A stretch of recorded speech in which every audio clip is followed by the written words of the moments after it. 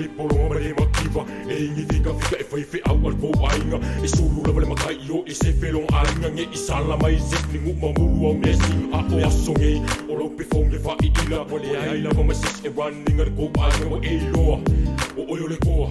o lo makai e fa mo mo I ake o I lo masoa e kai mi ale nge uaka kaunga e babavi e ke ua e koe o so mai so a o e ka amale pe sili lo makai o fea ngai ke iai a ua koso e fale mai o la e o kilo fia ai le iunga ngale aka pe ele pipi I o ngau kafa fai I lo makai e fa makara lunga o langa pipi iai folo iai o lau ku o lau savai ma lau ngofo ma lau pa ai Wa elo ea wata tona fai o lo wala e te tau tu e lo matai o la ile o la lele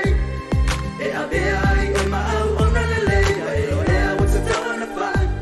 o lo wala e te tau tu e lo matai o la ile o la lele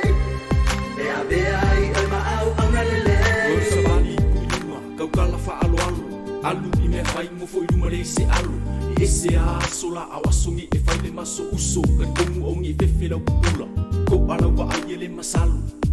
mangkua sola ilo polonga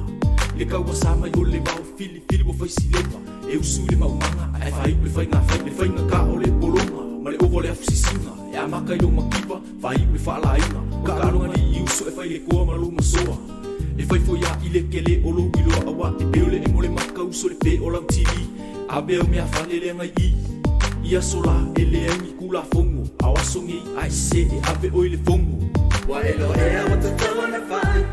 o lo wala e